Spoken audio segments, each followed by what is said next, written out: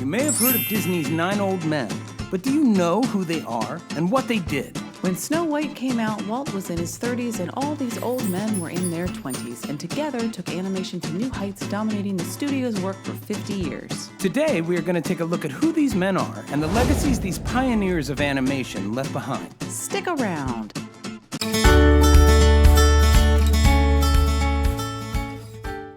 Hi, Mouseketeers. Welcome to the Disneyland Beat, where our toes tap to a Disneyland drum and we always whistle while we work. When Walt started Walt Disney Productions, his animation department was led by the genius Ub Iwerks and supported by a group of pioneering animators who were limited not only by time, budget, and material constraints, but also by ability and training. Disney's staff, with the exception of Ub, were not educated artists with training in art history, perspective, proportion, anatomy, and more. This was the first generation of Disney animators.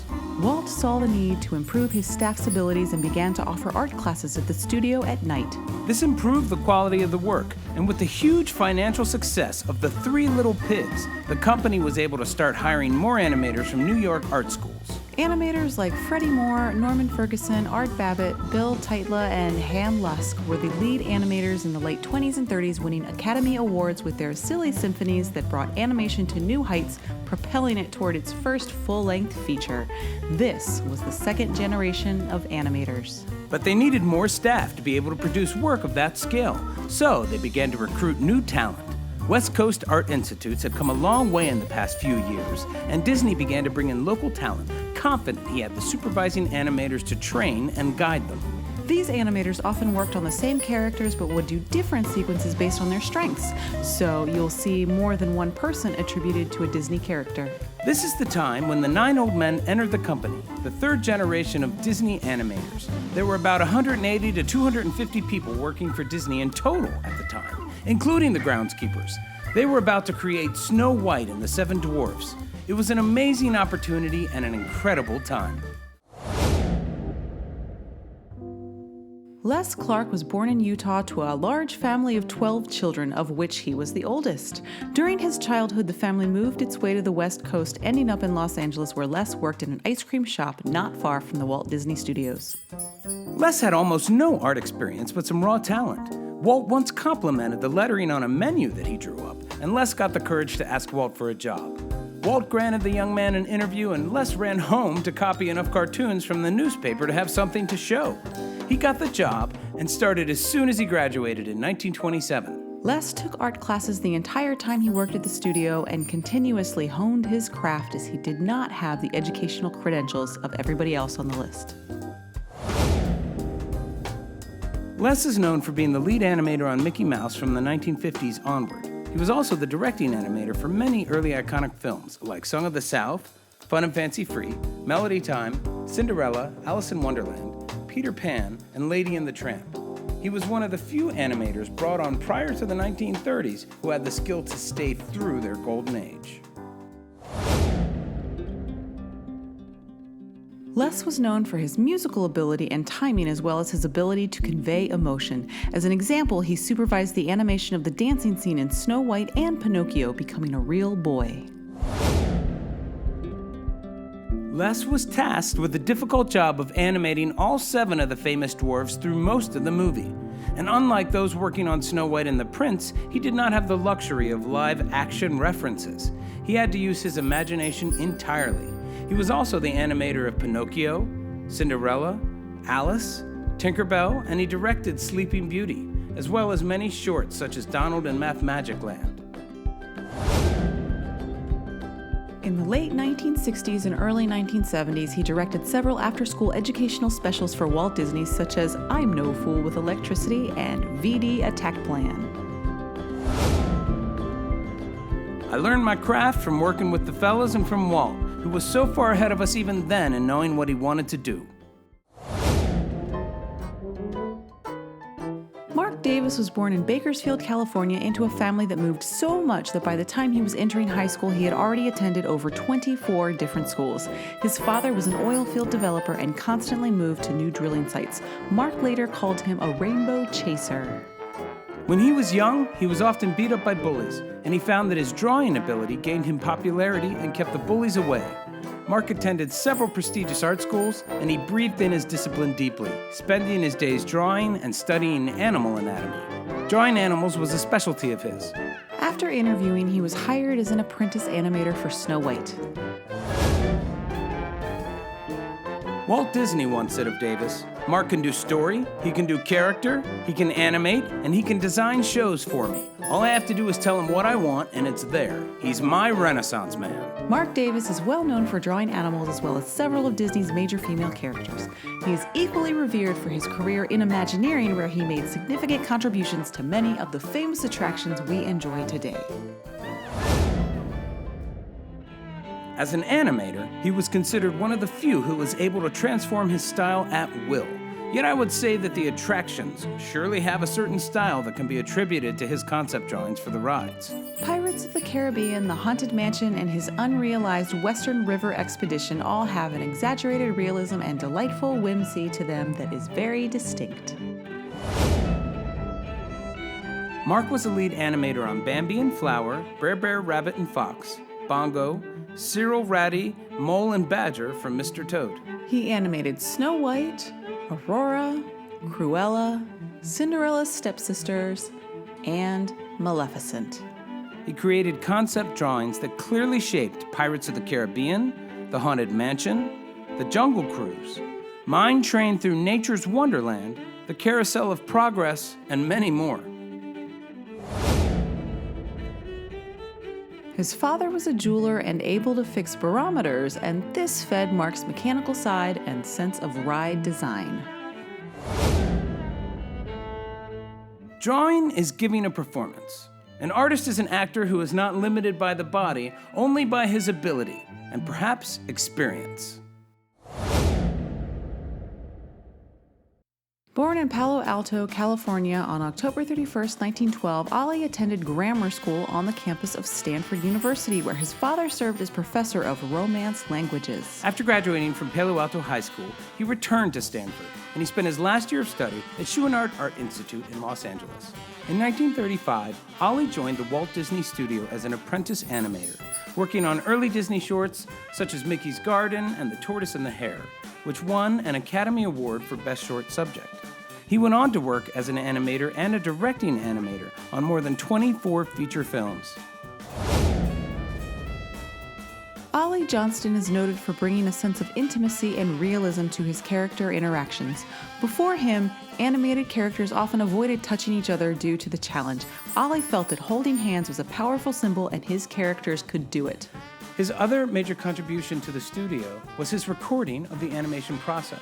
Ollie, along with his lifelong friend Frank Thomas, authored the definitive work on Walt Disney animation methods, The Illusion of Life. It is a fascinating read, covering the history of the studio and animation itself, while teaching animation fundamentals. The concepts he formed are the basis for animation and design courses today.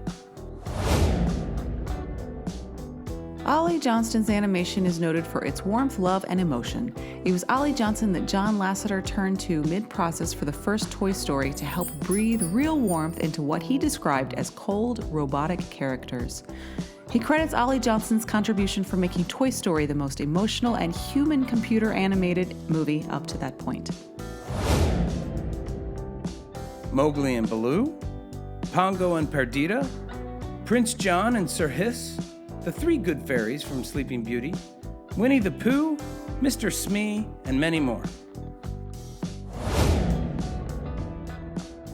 Most people know that he went to high school with Frank Thomas and that he was a huge model railroader or live steamer. But not many people know that he apprenticed under the famous Disney character animator Fred Moore, one of the most respected animators in Disney history. You're not supposed to animate drawings. You're supposed to animate feelings.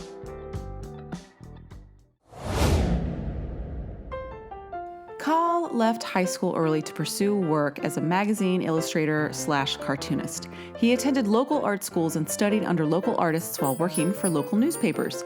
After seeing the Disney animated short Three Little Pigs, he was inspired to move into animation and apply for a job at Walt Disney. Milt Kahl is considered the most prominent animator of the Nine Old Men. Just prior to World War II, and even during the Depression, Walt Disney Studios was successful and expanding with up to over 1,000 employees, hundreds of animators just before the war. Milt was the most influential of them all. It is said that all the characters from 1935 to 1960 had to meet Milt's style approval. Milt's style is considered heavily influenced by Picasso and political cartoonist Ronald Searle, with a heavy line and angular style. So think Captain Hook's jaw, Medusa's nose, and Tigger's forehead. He kept a consistency to the overall style of the character design over many years. Milt had a way of taking a character that was written dark and gritty and softening them, making them lovable. It was Milt who redesigned Pinocchio from a heavy-hewn wood style into the lovable wooden boy that we all know and love. Walt often asked his animators to tackle complex material, but to keep it entertaining. Milt's drawing style achieved that idea visually, so Walt let him lead. Milt touched in one way or another almost every character created for the first 3 years of feature films, and he was a leading animator for most of his career. But personally, he drew Peter Pan, Kaa and Shere Khan, Medusa, Merlin, and many more. His nickname was Mr. Fun. He was known as a fairly gruff taskmaster and a quiet person otherwise. He would sit for hours, and then all of a sudden produce pages of work. Learn so much about a subject that you don't need the reference anymore. Born in a small town in Utah, Erik Larson started to explore his artistic ability while working on the high school yearbook. He went to college in the state for journalism and studied writing. When submitting a serial he created around the area, an employee of the Walt Disney Company suggested he should apply. He did and was offered a position, but initially found it unsatisfying. Like most beginning animators of the era, he started as an in-betweener, completing the minute movements between landmark poses drawn by lead animators, and he wanted to quit after 2 days. But he stuck with it, and after a short 5 weeks, he was taken on as an assistant to Disney legend Ham Lusk, and he worked his way up the company from there. As an animator, Larson is best known for creating animals who could convey emotion, complexity, and personality in an effective way. Erik Larson's greater legacy, however, is the most recent 3 or 4 generations of Disney animators. Larson spearheaded a company recruitment and mentorship program to train new animators. Some of the more famous pupils that benefited from his tutelage were Brad Bird, Tim Burton, Glenn Keane, Don Bluth, Ron Clements, among others. And Larson was adored by his young artists who remember him as patient, kind, and supportive. His drawings are clean and precise with less exaggerated features than many of the other animators. His animal drawing was superb, an animator's animator. Friend Owl from Bambi, the barnyard animals who sang Jolly Holiday, the caterpillar from Alice, Cinderella and the Prince, Figaro, Peg from Lady and the Tramp, Thumper, Snow White's and Aurora's animal friends, and more. He worked at the Disney Company longer than anybody else on this list. When he retired in 1988, he was the longest working employee at Walt Disney Animation. There's only 2 things that limit animation, and one is the ability to imagine, and the other is the ability to draw what you imagine. Although born in Ohio, he was raised in Denver, Colorado, and he loved winter sports and the outdoors. After attending a for-profit chain art institute in Denver, Colorado, he transferred to the Art Center College of Design in California. His professor arranged an interview for him at Walt Disney. He was one of the last of the 9 old men to join the company. He was assigned to assist legendary animator Norman Ferguson, or Fergie, who created Pluto and was one of the first to show animated characters thinking on screen.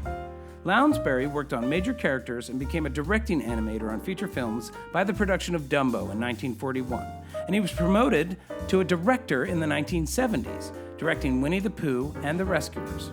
He passed away suddenly while working on The Rescuers. He was the first of the group to leave.